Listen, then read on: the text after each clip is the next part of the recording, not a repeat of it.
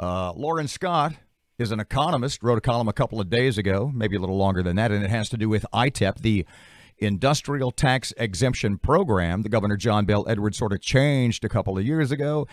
And you think this is having really, really devastating effects on the state of Louisiana, specifically in the column you wrote down around Baton Rouge with Exxon, right?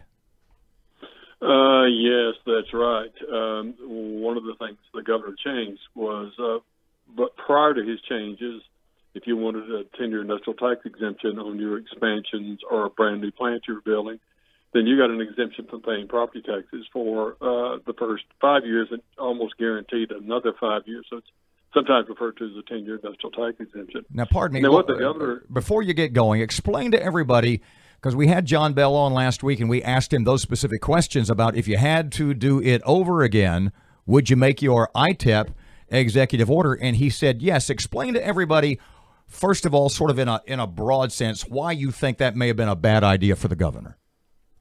Well, the key thing is we are constantly in competition with Texas for these plants, and these are big, big plants, especially down where I am, down on I-10 and below.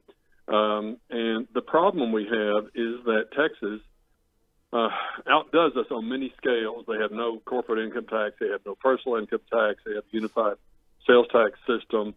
They outrank us in terms of the legal environment, the infrastructure, K through 12, higher education. They just outrank the skunk out of us. And so we have to do something to offset that, to get firms to locate here and expand here. And the ITEP has been just one of those key things for doing that. So that's why I think we need it for sure.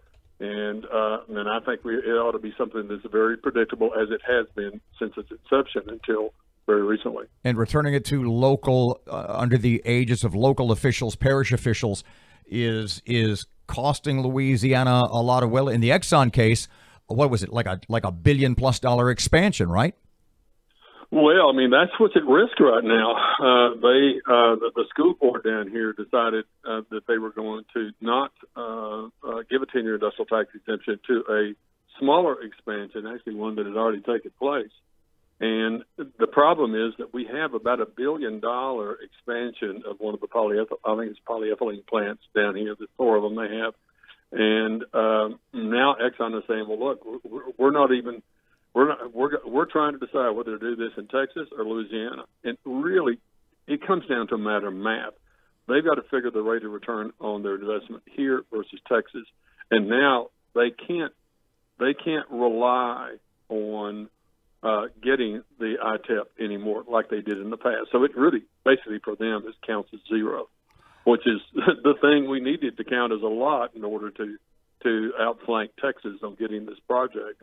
So right now, Exxon is going back into rethinking this thing. They're treating the ITEP as counting as zero, and they may pull that plant and put it over in the Baytown. Let me ask you that, because there's a lot of people who say, you know, ExxonMobil's not going to get permission to do what they want to do anywhere else in today's environmental climate, that if they really want to expand, they got to have to do it in Louisiana. Your argument against that, you say Texas is allowing it. I mean, other states are not. I mean, they're not letting these kind of companies come in anymore. Well, yeah, but Texas definitely is. And from an environmental standpoint, I mean, the environmental rules now are so tight from both EPA and our own DEQ that you can't come in and foul up the air the way maybe you did back in the 50s or so. And so, yeah, if you look at what is happening right now, Exxon is doing most of their expansions over in Texas. Matter of fact, they just had a huge expansion over in Texas with the Saudis. I want to say it's on the order of a $10 billion chemical plant that they put there. They did not put here. And here's the deal. Most of these plants are chemical plants. They are LNG export terminals, or they're refineries. And you need access to natural gas. You need access to pipelines. Well, Louisiana and Texas have lots of oil, lots of gas, and lots of pipeline. And you have to have access to the Gulf of Mexico so that you can then go into, the international market to sell your products. Well, Texas and Louisiana are the ones that have that in abundance, and that's why they're coming here like crazy right now. We have, since 2012, we've had $172 billion in industrial announcements that have been made. About half of those are underway or have completed, as a matter of fact. And so what is driving this is that we have it here. We have the exact thing that they need to do this.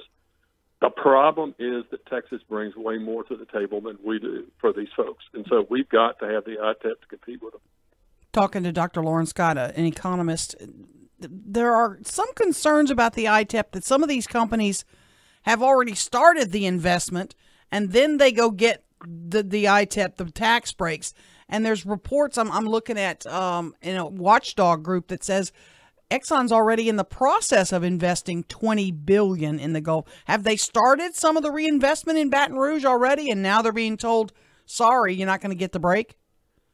That was in Texas. Okay. That's the one I was talking about, the one with the Saudis. That was in Texas.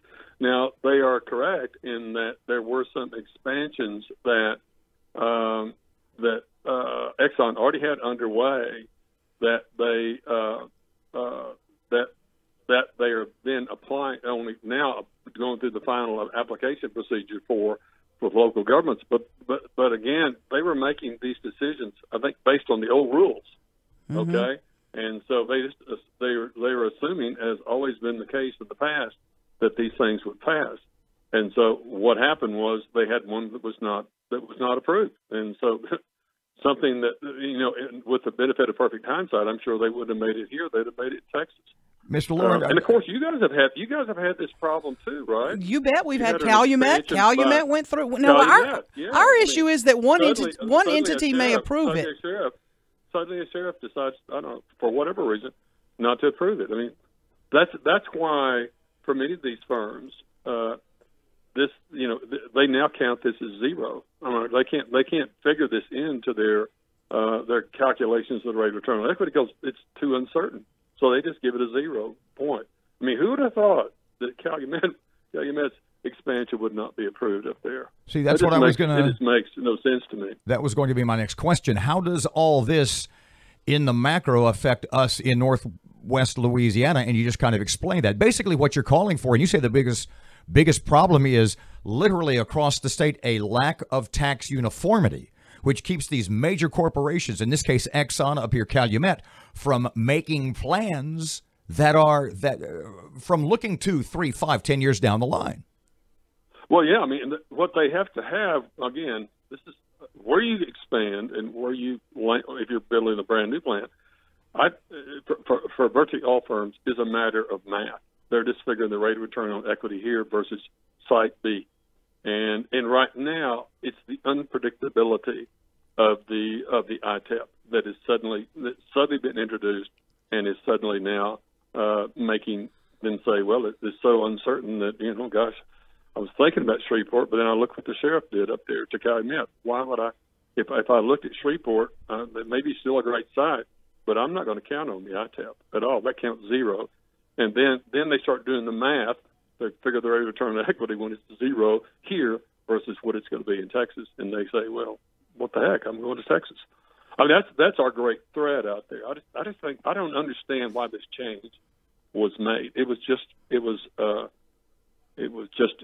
not a good economic development decision.